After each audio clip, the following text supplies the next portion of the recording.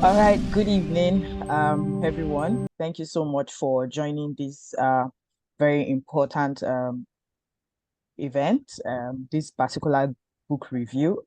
It's a pleasure having you all on this call. My name is Temloluwa Huyiniyi, and it's a pleasure, like I said, having you on this call. Today, we'll be reviewing a very important book that we so cherish, particularly in our organization as well. And of course, we wish to extend this particular class, or I wouldn't call it a class. We'd just like to extend this discussion to upcoming entrepreneurs that, they are passionate about building a career in entrepreneurship. Yeah, my name is Temloluwa Uyiniyi, and I am the programs manager at Uminera Initiative for Economic Advancement. I already have, my very important guest. He's a distinguished guest, and he's also um, the executive director at Uminera Initiative for Economic Advancement, Mr. Larry Peter Elifison. Mr. Larry, it's a pleasure to have you on this call today. Thank you so much, Timmy. Glad to be here and greetings to everyone. Welcome. Thanks for joining us.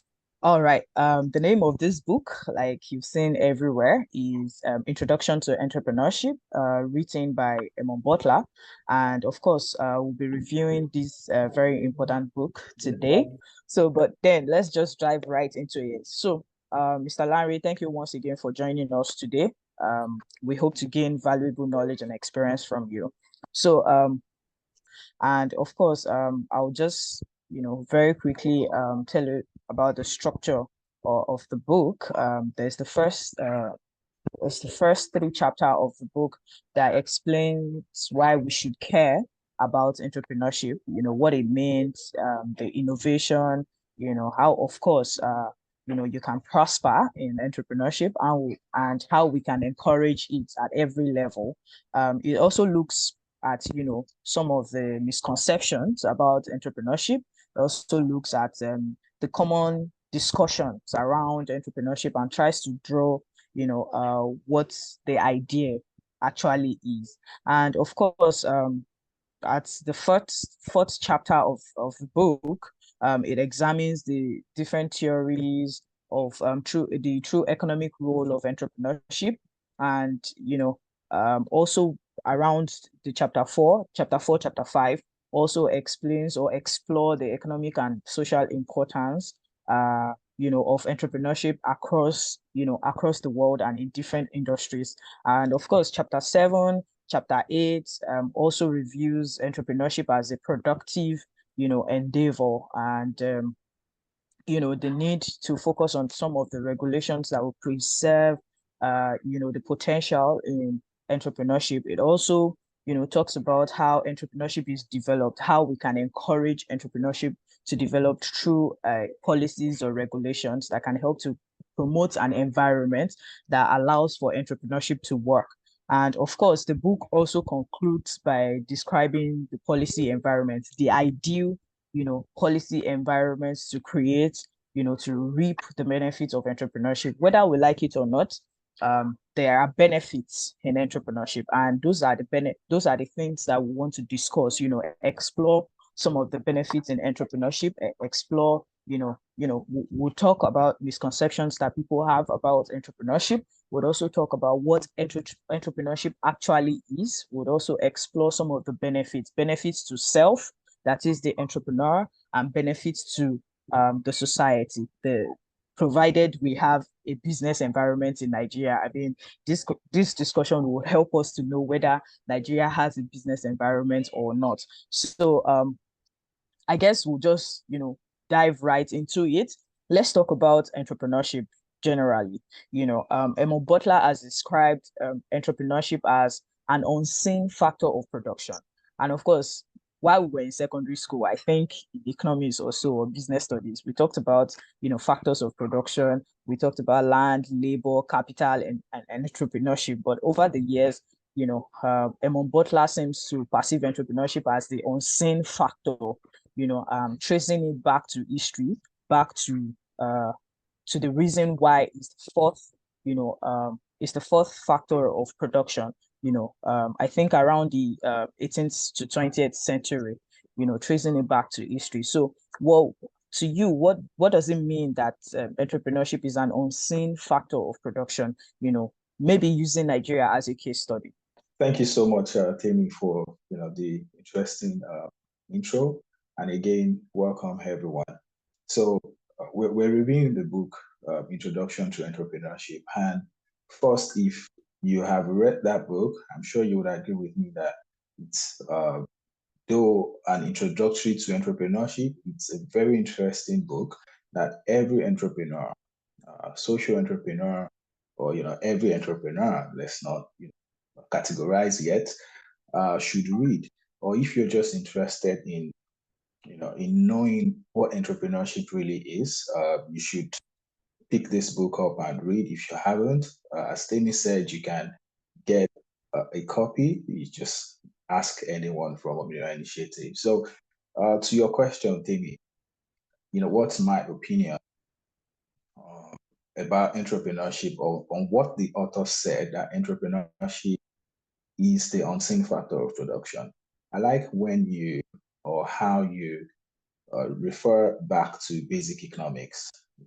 In high school, secondary school, we learned the traditional factors of production: land, capital, labor, and entrepreneurship.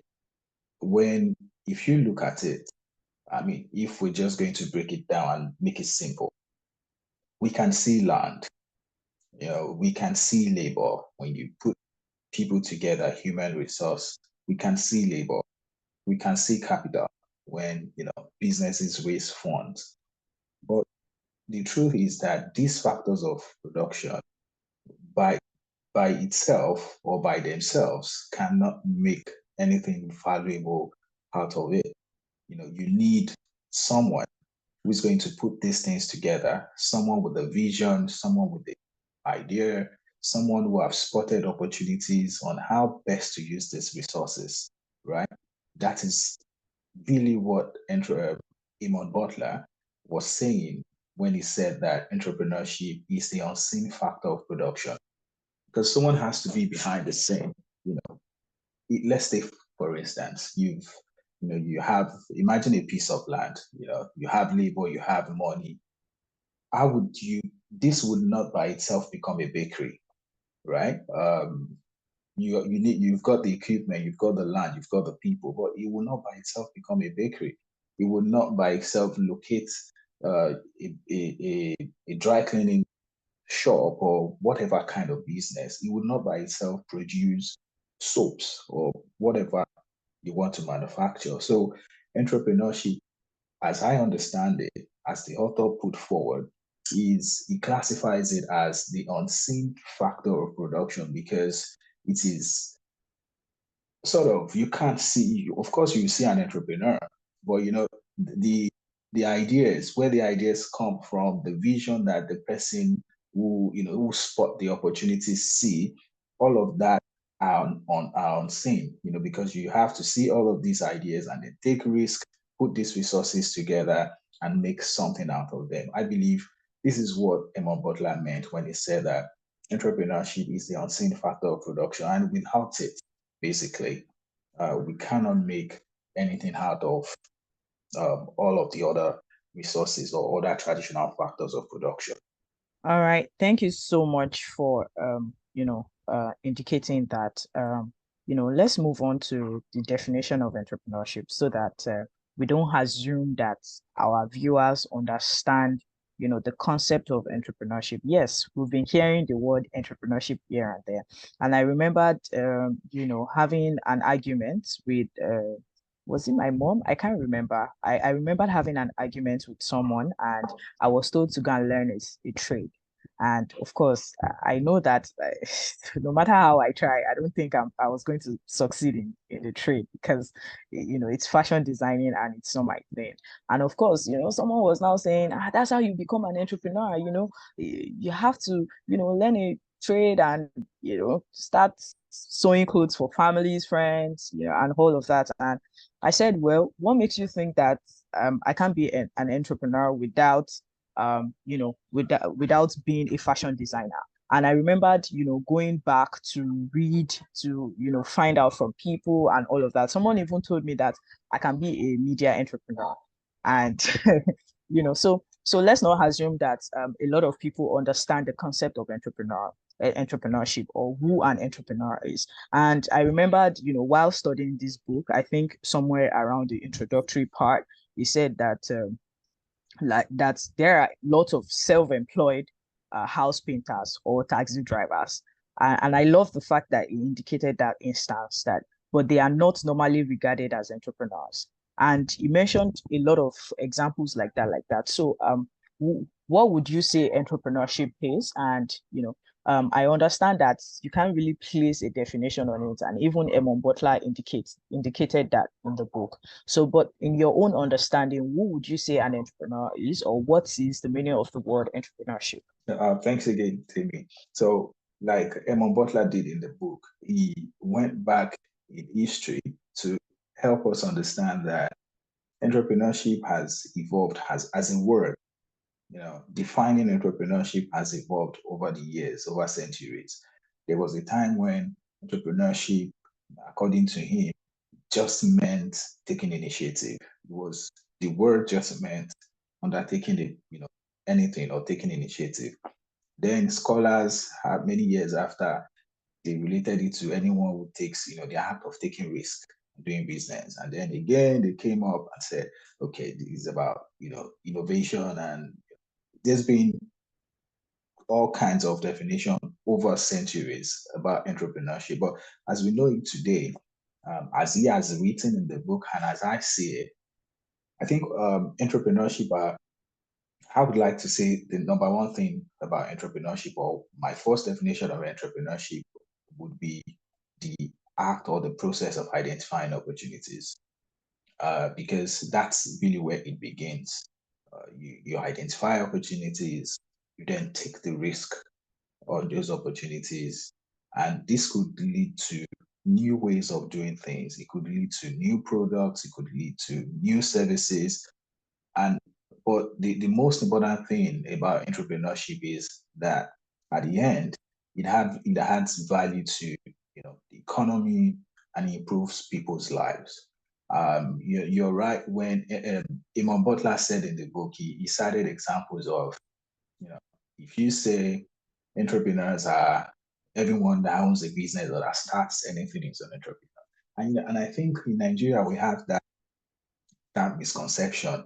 You know, everyone wants to become an entrepreneur, not necessarily because really hard, but because, we're a society where there's high rate of unemployment, so everyone wants to go that path of being self-employed. And there's a difference between being self-employed and being an entrepreneur. I believe that the conversation will get into that. But basically, entrepreneurship is about identifying opportunities, taking the risk, and creating new ways of doing anything, or creating new methods, new products, new services. Then, who is an entrepreneur? Again, I would say that an entrepreneur is someone who spots opportunities, someone who take risk, is an innovator, is a problem solver. Now, you see that I'm unable to answer this question with just one word or one sentence. It's the same way the author, couldn't just put one word to it, because entrepreneurship or being an entrepreneur, it's not one thing. It's a lot of things in one, but it's like a process. It actually is a process, but it begins from identifying opportunities. So if you're able to identify opportunities to do something new, let's imagine the popular Steve Jobs, right? The guy created, he's an innovator, he's an entrepreneur, he's an innovator. You can, back in the day, in the early days of computer, this man imagined long ago, putting what the computer can do and what the phone can do. He imagined, the concept of a computer and a smartphone. We didn't even have a smartphone back in the day, but he saw that vision, right? And then he brought a computer and a phone together in one piece. And you can imagine all the things that the iPhone today uh, in quotes, disrupted. There used to be physical maps. You can get that on your iPhone. Calculators used to be, remember the kind of calculators we used in high school? You have that on the phone. Loads and loads and loads of things that had to change. So he saw that and brought it all into one. But entrepreneurs may not be innovators. They can be, in the end, to cut this definition short, it's about identifying opportunities. And anyone who is able to identify opportunities to create a market, to solve people's problem, is an entrepreneur. All right, thank you so much. I think that's clear enough. Someone who identifies a problem and is willing to provide a solution to it by creating things.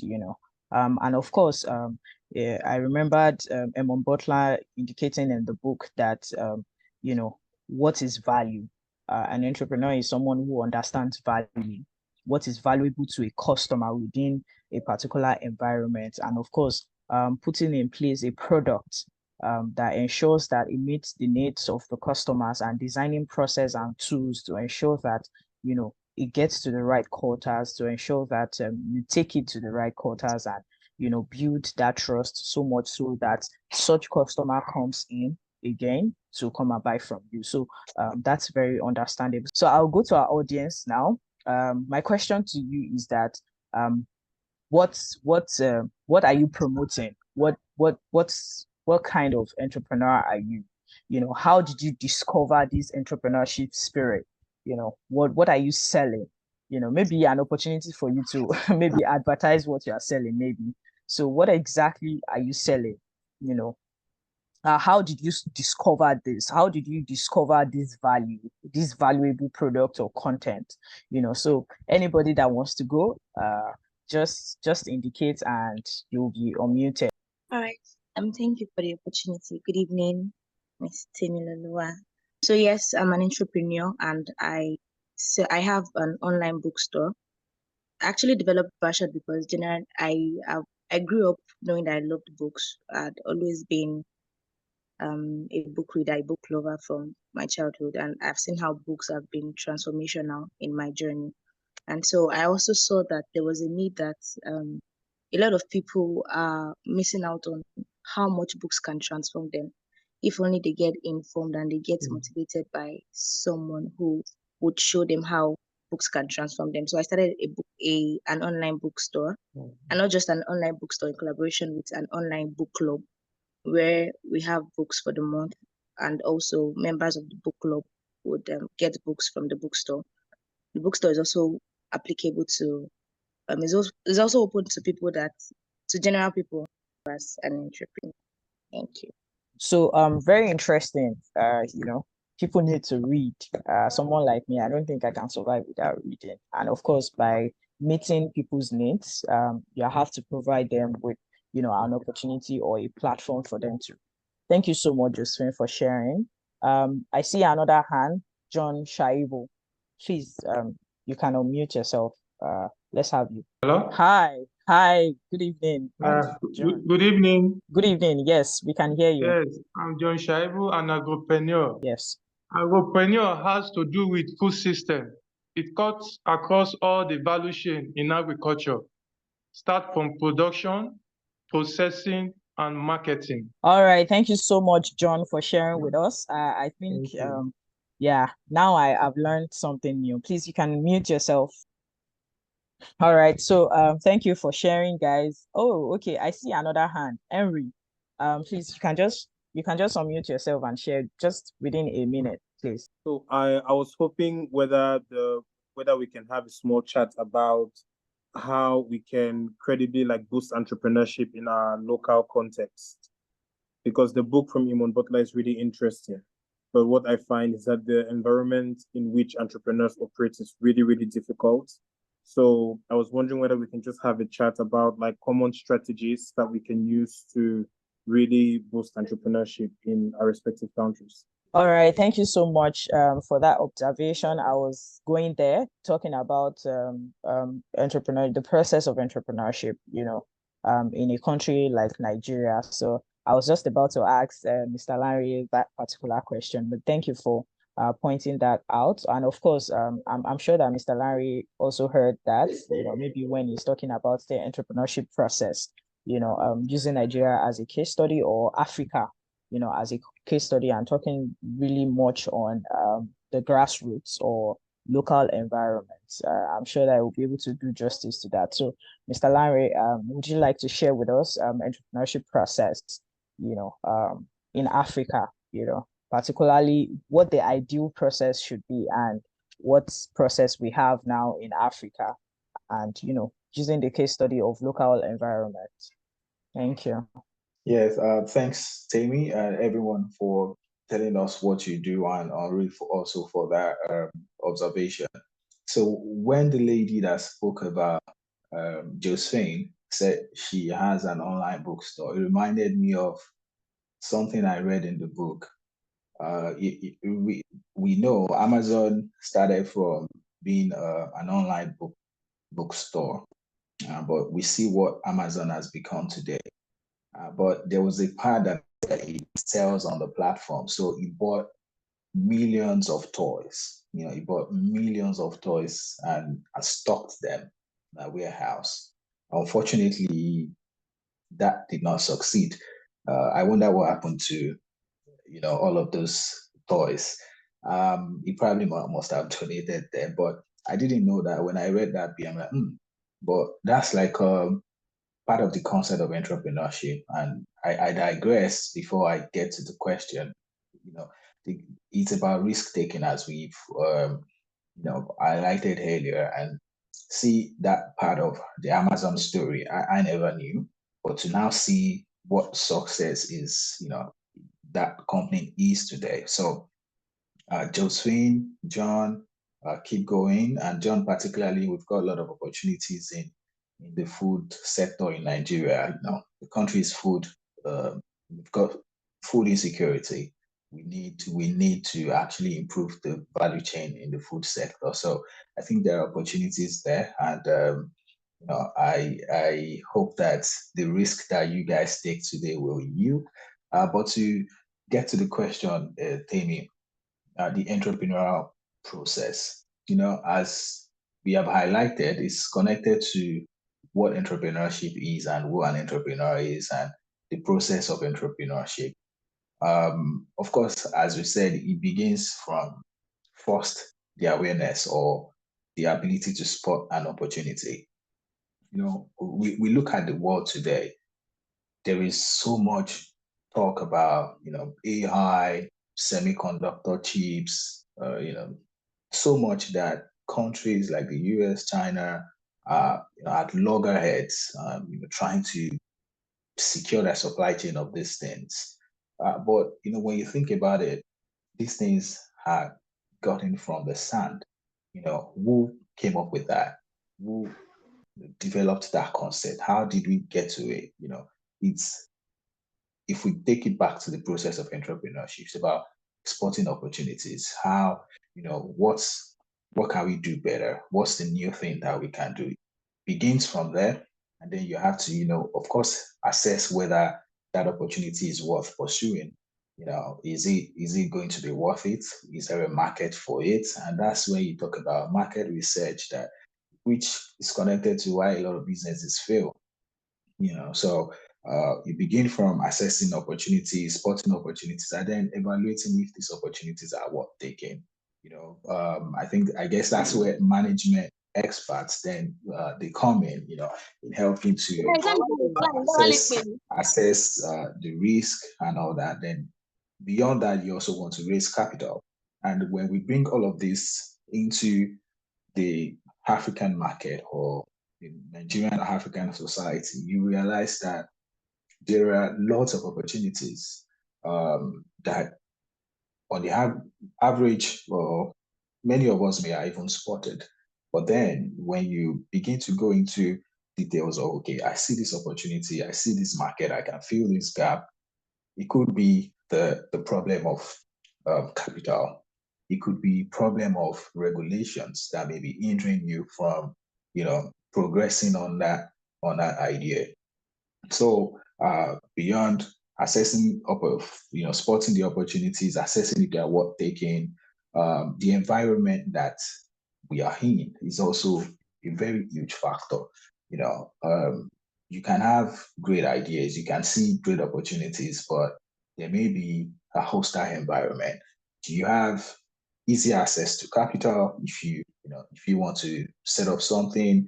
What are the regulations? What is the process of registering your business? Because you find that most entrepreneurs, and like the author said, you can even be an entrepreneur in a large company within, and that's where entrepreneurship is connected to problem solving. You can solve problem within a large organization. You can solve problem, as a business owner, as an innovator. So the process of, getting that business up, the process of bringing the opportunities that you have spotted into reality, into solve, turning that into real practical solutions in the world that the market would, embrace. I think the odds that we have to face as entrepreneurs is where the challenge is. And before we even get to talk about raising funds or all that, I think regulations, I think the environment is the biggest hurdle in the process, in the entrepreneurial process. But again, the process begins from spotting the opportunities, evaluating it, and then taking the risk, taking the step. But then the hurdles that you have to face, which could be regulations, mainly the environment, could be regulations, taxes, ease of doing business where you are. If, for instance, there's a monopoly and there are people who are lobbying the government to not let new players come in there. So I think those are the problems that the entrepreneurs face in the process. Well, thank you for explaining extensively about it. So I would like us to explore the entrepreneur mindset. There's the place Eamonn Butler talks about personality.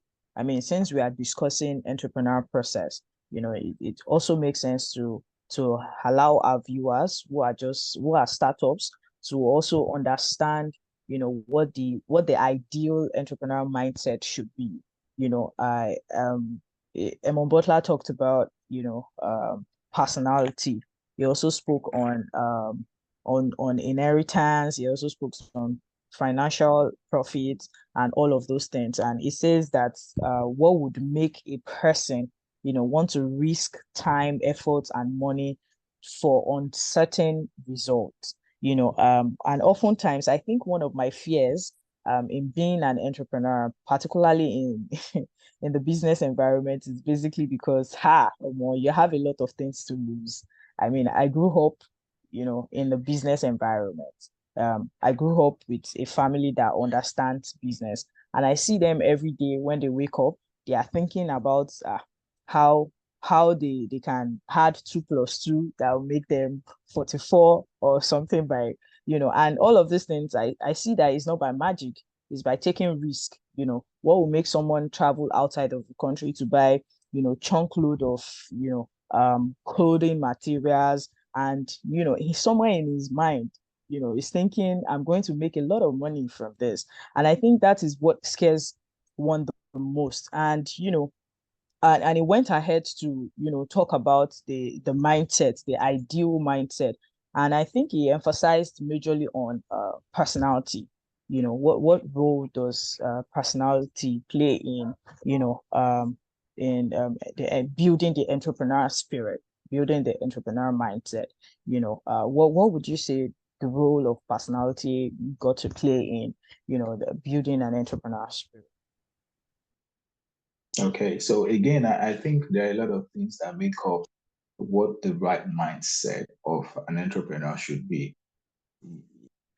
Discussing this concept of entrepreneurship and who an entrepreneur is tells us how, uneasy, I do not want to use the word difficult, but it is, this journey is, because you have to be a lot of things in one. Some people are not caught out for it in court, but then somehow I remember Eamonn Butler saying in the book that in the 1970s, and by the way, the author is British, said in the 1970s, there was a recession. When he graduated, there was recession in his country, that's in the UK. So he moved to the US. He worked there at the House of Rep, did a few things. He's a scholar in the policy sector. And then he returned after some years back to the UK to co-found um, a non-profit organization, the Adam Smith Institute, right? And he, referred to himself as an entrepreneur, right? But he's what we can call a social entrepreneur, because you can be a non-commercial entrepreneur, but the mindset of, if you bring entrepreneurs around the world together, you see similar traits. You would see that most of these people are creative, or you can say inventive or innovative. And again, it still goes down to being the ability to spot opportunities. We don't know where it comes from. You just always know that you have the ability to just put this and this together, right? I wish I can tell where those things come from, but it's just always innate. And you have the ability to just see that, oh, this there is a gap here. How can I fill it? And then you start to think about ideas, but it doesn't end there. You find that when you spot that opportunity, you still need to be very resilient. You have to, because I've never read about an entrepreneur whose journey was rosy and smooth. It's always about how difficult it was, how many problems they had to face. I was listening to an interview a couple of days ago. This man is a bit popular in Nigeria, Dele Momodu, and he was talking about when he had to go on exile back in the day in Nigeria during the Abacha regime. He became a refugee in the UK. And then he got to the UK, he needed to find something doing. And then the idea of starting the Ovation magazine came up. He needed like £150,000, and he went to the bank manager gave him 10, the 5,000, the family raised 10,000, and he had 15 out of 150. And he made a statement that I thought didn't make sense. He said he and his team, they sat together and they were like, what do I do with this £15,000? And he said he wanted to put that £15,000 on their image. So out of the 15,000, he used about 11,000 to go get an office in a highbrow area in London. I was listening to the interview, but I thought that was, I'm not sure I would do that.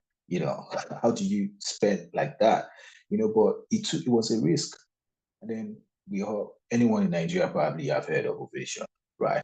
He succeeded, but that's just talking a little bit about the resilience, the risk that you have to take. You have to be very dogged, so the mindset of an entrepreneur, you have to be innovative, you have to be very alert to opportunities, you have to be very determined, because it's never going to be like an easy road. That's what we have heard over the years. So the willingness to take risk, but there's also something that is very, very, very important, because entrepreneurs are drivers of progress. The very important thing is the value that whatever you're embarking on adds to the people. It's about improving lives. It's about bringing something new. It's about improving ways that we have done things. If you find a way to improve methods of doing anything in the world today, if you find a way of making a product maybe cheaper, maybe better for any market in the world, if you find ways of making anything easy, improving on services in any market, any location in the world, you're going to succeed as an entrepreneur. But of course, you have to be dogged. You have to really trust in the value that you have at hand. And a lot of other things that you may have to do, learn, be a lifelong learner, be confident. You may even have to pursue partnerships. We've seen HP, Hewlett and Packard. There were two people together. Um, Steve Jobs and Steve Wozniak, Procter and Gamble. Those are partners. If you go back in history, you see lots of partnerships. Even when we come to Nigeria, if you look at the Paystack, they were co-founders. If you look at MoneyPoint today, co-founders. That's like the most recent unicorn in Nigeria. Yeah, they are partners. So and see, look at those companies. Look at what they've done. They've brought about new ways of doing things. So you can imagine the kind of mindset that you need to have as an entrepreneur. It's a whole lot put in one. But in whole, entrepreneurs are drivers of progress, and the path is never easy. You just have to be very, very determined and offer value. I heard you talk about partnership. I also heard you talk about, resilience. You talked about determination. Has an entrepreneur has to be determined, and this actually speaks to, personality. And thank you for doing justice to that. And I feel like we are going really deep into the book, and maybe, just maybe, from this audience, we would have, multinationals, whose businesses are expanding, and I would like to just throw this to the audience, because we are going into why businesses fail. Because in the book, there is a section in the book, I think chapter 4, that speaks to why businesses fail. And he also went ahead in chapter 7 to talk about productive and unproductive entrepreneurship, and also destructive entrepreneurship. You know, very interesting. I think anyone should get a copy. Anybody interested in entrepreneurship at all should get a copy of this book. I was just reading through, and I saw productive and unproductive entrepreneurship. I saw destructive. So your business can actually be destructive too, other people. You can actually be providing services that are destructive to people. So I would just like to throw it to the audience. Have you ever had the need, to stop your business or to shut down your business? Have you ever shut down your business before? Or maybe you've tried a business before, it failed, and you felt the need to start all over. Just share with us in one way, or even if you're a social entrepreneur. I mean, I've had reasons to shut down a particular career and transition to another career. I've had reasons to shut down my media career and go into public affairs. And there are reasons for things. I mean, and in my own case, some of those reasons are beyond beyond something I could control. And I just woke up one day and I transitioned from the media space to public affairs. So I will just throw it to the audience. Have you ever had the need, or maybe you woke up one day and you feel like, come on, let's just shut this thing down? And what are the factors behind you shutting down that business, or what is the factor? Have you ever had any experience of your business not being productive? Hi everyone. So 2 years ago, I myself and a few friends started this microfinance at a small bank, and we had to close after 3.5 years due to like a few factors. Basically, we started without like enough capital, so we had just enough capital to run maybe for the first 2 years, and we didn't have enough capital to invest in loans over the long run. And so as a result of that, after 2 years of like 2.5 years of like struggling, we basically like had to close down. And then, but what I learned from that experience was that before most of the times we go into things because we have like, we believe it would work, first of all. And I know that everybody talks about research, every single person, but the amount of research, the kind of research that we conduct isn't necessarily the kind of research that we need. So in our case, we wanted to do this really innovative microfinance bank, and that's not what people needed in Cameroon because people don't even have bank accounts. So if you want to go from that to offering apps and access to crypto services, sometimes it's not really what people need. And so my the lesson that I learned, which I have held on to since, is that people should always get back to like first principles. Like, what is it that people actually need? What is it that you're trying to solve? And then how can you go about solving that? I think doing it from that standpoint will minimize the chances of failure, even though it can never be zero. But I think it can definitely help minimizing the chances of failure. And finally, what I learned is I also learned that there's no business without people.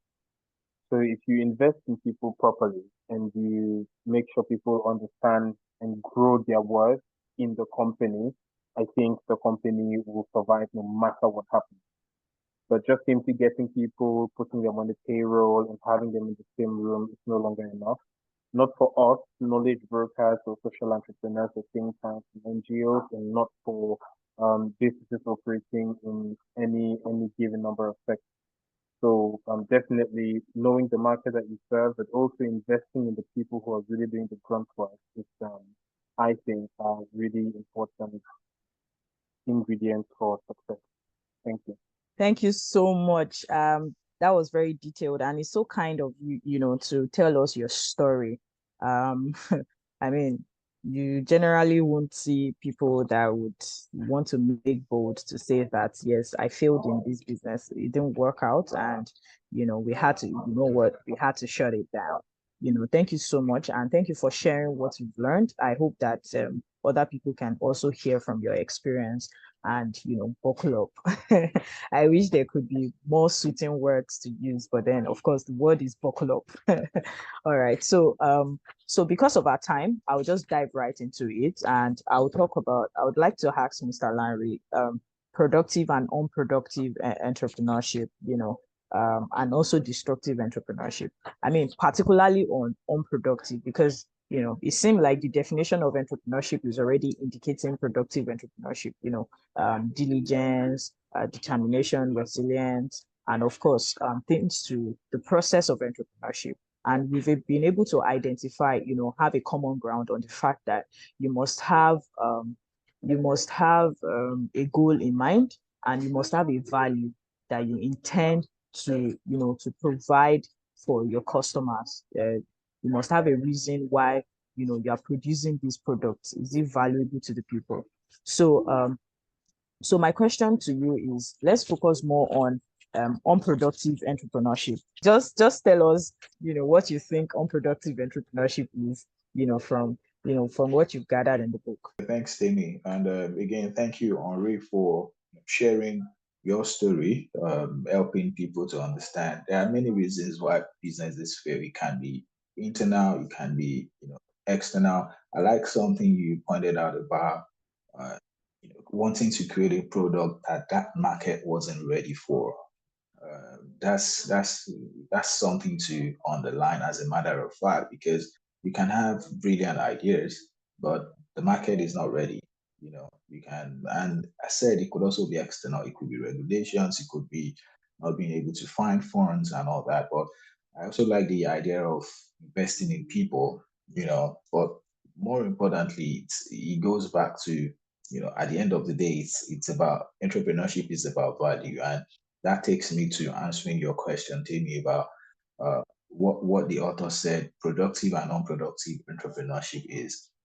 At the end of the day, when you think about the word entrepreneurship, or if you want to call yourself an entrepreneur, it's about the value that you bring to the world, to your society, to the economy. I remember growing up, I had a neighbor who was a photographer. It was like a next door neighbor who was a photographer and quite popular in the area.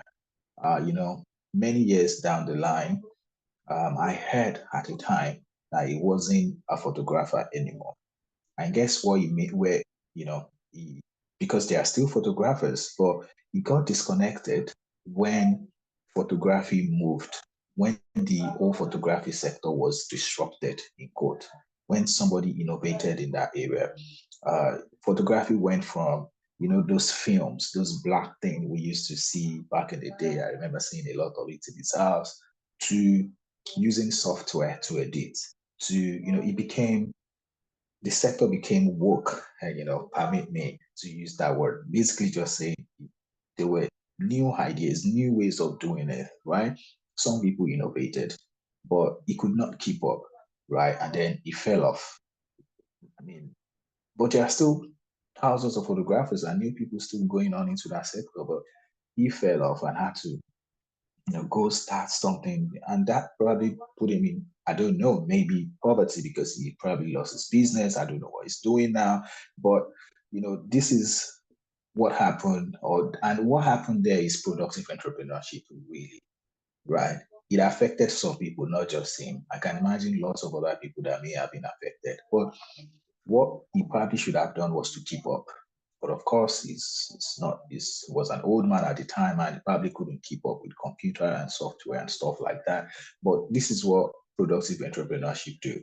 He changes things. He brings in new. Can we all say that Steve Jobs was wrong to have taken out, to have given us an iPhone? No, right? Because of course there are businesses that would have disrupted the process of doing that, right? And see all of the things that we're doing now. There's lots going on with AI. Lots of people would have to lose their jobs. We have to, but if you're not following, if you're not, updating your knowledge, you're probably going to fall off too, So but going back to what productive entrepreneurship and unproductive entrepreneurship is according to the author, productive entrepreneurship brings about new ways of doing things in a way that adds value to the people, that adds value to the economy, to the society. Unproductive entrepreneurship, on the other hand, is a way of you finding a way to make profit, but you're not adding any value to the economy. You're probably, gaming the system, like Tony was saying, tax avoidance or piracy. There are some people in Alaba, what's that place called, in Computer Village in Lagos. We've heard the stories, the pirates in the music industry. People make movies, and before they even put it out there, they've pirated thousands, hundreds of thousands of copies.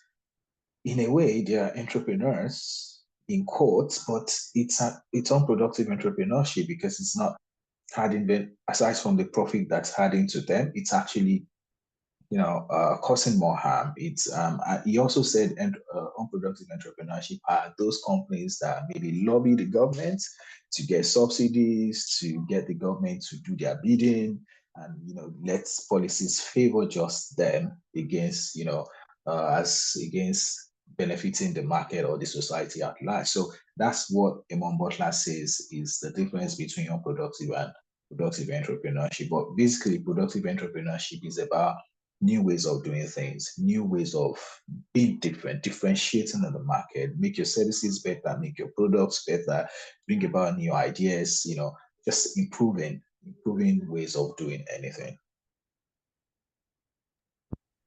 Thank you so much. So you've heard it. You've definitely spoken to productive and unproductive entrepreneurship, so that so for businesses, so that you won't think that should be every business not business.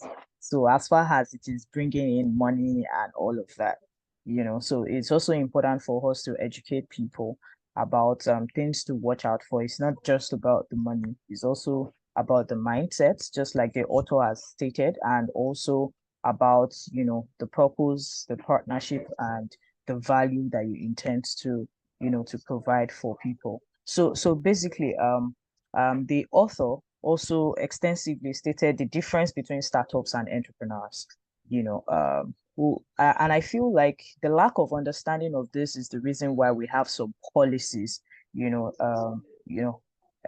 That's why we don't have policies that create enabling environments. Governments constantly misunderstanding startup, focusing more on having self-employed, focusing more on creating different policies for small and medium scales and all of those things. But we'll get into government policies and startups and entrepreneurs. I'll just quickly like to go let's go into policies, governance policies, and the misconceptions about entrepreneurship. Unfortunately, government does not even provide funding for for us to be innovative. Unfortunately, I don't know if they do. But one thing I know is that some organizations provide grants for innovators to create things and create valuable things, of course. So I would like to I would like you to speak to public policy. Generally, just explore you know public policy as regarding creating enabling environments, using Africa as a case study, or, maybe bring it home, talk about Nigeria. I mean, we talk about policies all of the time, and, entrepreneurs themselves don't even know the amount of, policies, the amount of, you know, I, they had the amount of, unfortunately, the effect policies have on their businesses. They can't even identify some of these policies, but everybody shall know that the government, President Tinubu, is not creating an enabling environment. So what can you say to this, sir? Yeah, thank you, Dami. So speaking first of non-commercial entrepreneurs or social entrepreneurs, I like to think of myself as an entrepreneur. Of course, in this case, a social entrepreneur, and that's because I see um, Ominira Initiative as a social enterprise in court, and that's going by the author, right? I remember in the days when Stephen and I were started this hub. It began with spotting an opportunity. We looked around. We were students of were students, or I was a recent graduate. Yeah, we were students, recent graduate. I think at the time, yeah, recent graduate, and we're part of African Students for Liberty, and of course, we were active members of that group. We had books. We were exposed to certain things, or knowledge or information, and we could see there was an opportunity to have an organization, a non-profit organization that promotes policies that favor the free market economy, that creates or supports creating an enabling business environment. And it began from spotting the opportunity, going back to how we had defined entrepreneurship and entrepreneurs. And we took the risk where it was uncertain. We did not know. And as it's been a few years in doing this, but the future as well is not 100%, but we keep going. So that's just to speak to social entrepreneurs. So what were social entrepreneurs? The primary focus of social entrepreneurs is not financial gain. It's usually to address social, cultural, or environmental issues. You can do that through. There are many ways. We've seen organizations that provide food banks. We've seen organizations that are looking at, improving access to essential services like education, healthcare, you know, lots and lots of it. So that's just to say to social entrepreneurship. So, and Timmy, you can beat your chest and call yourself a social entrepreneur as well. I think that you are. So yeah, say it confidently. So back to that question of the policies that affect or the environment of entrepreneurship. I think that the most important thing, the best way to promote entrepreneurship, and the goal of this conversation really is we want you people to see what this book is about so that you can pick it up and read. And I would again urge everyone to please get this book. If you're, if you're close to Ibadan, where we are, we have copies of the book. Be happy to, to give you. I've got mine here. I'm sure if you want, we can get it across to you, or you can even download the PDF. But I urge you to read. It's quite an interesting book that will add to your knowledge. The best way to promote entrepreneurship in Nigeria and Africa is to create the right environment. And there's been this talk. I've been hearing the word, the phrase, how do we call it now? Enabling business environment for many years, for so long, so much. I need an alternative if I can, because we've heard that phrase so much that it's beginning to be maybe meaningless, but it doesn't take from the fact that you need an environment, right? There's a kind of environment that's right to promoting entrepreneurship, and there is the kind of environment that's wrong in promoting entrepreneurship. And as the author said, it's really not about, we should not confuse self-employment to entrepreneurship. In fact, there was a part he said in the book, Tammy, if you remember, he was talking about self-employment, in fact, in countries where there are lots of employed people is an indicator of low entrepreneurship. I think you should read that book again. Please pick it up. Make sure you read this book. Very interesting one. But what kind of environment is right for entrepreneurship? First, we have to talk about the rule of law, right? You cannot have a society where, you know, the rule of law, administration of the rule of law, justice is unfair, and expect uh, for entrepreneurship or for that society to be encouraged, to be entrepreneurs, because the rule of law is very, very important in creating an environment for entrepreneurship. There's also a clear, and it's in the rule of law that we come to clear property rights. Imagine earlier we're talking about unproductive entrepreneurship, about a group of people in computer village that pirates a lot of other people's creative work. In an ideal society, that's not right.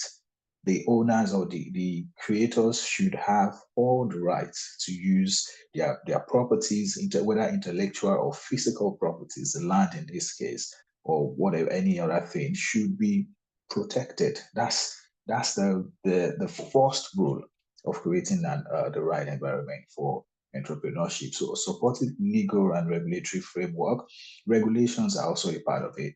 If you have a society that that hinders the free flow of goods and services, that restrict people, or that makes it difficult for people to register businesses. So why do we have a large informal sector in Nigeria and in Africa generally? It speaks to our regulations. It speaks to the process of registering businesses. It speaks to how hostile that environment is. If you also look at it, you see that there is the ease of doing business. When you look at the ease of doing business um, um, index of the World Bank Ease of Doing Business Index, you will see that African nations rank lower to Western nations, lower to countries that are actually prosperous. So there is a reason for that. So to cut this short, I obviously cannot tell every detail in the book because I need you to read that book for your own good, for the good of the society, whether you're a social entrepreneur or a commercial entrepreneur, so to say. Please pick up this book, read it. You're going to learn a lot from it. So we've spoken about the rule of law, to enforce contracts, to settle disputes. We talk about access to finance. Lots of businesses in Nigeria, particularly, we don't even have a solid credit system, right? And that's another conversation for another day, if you know.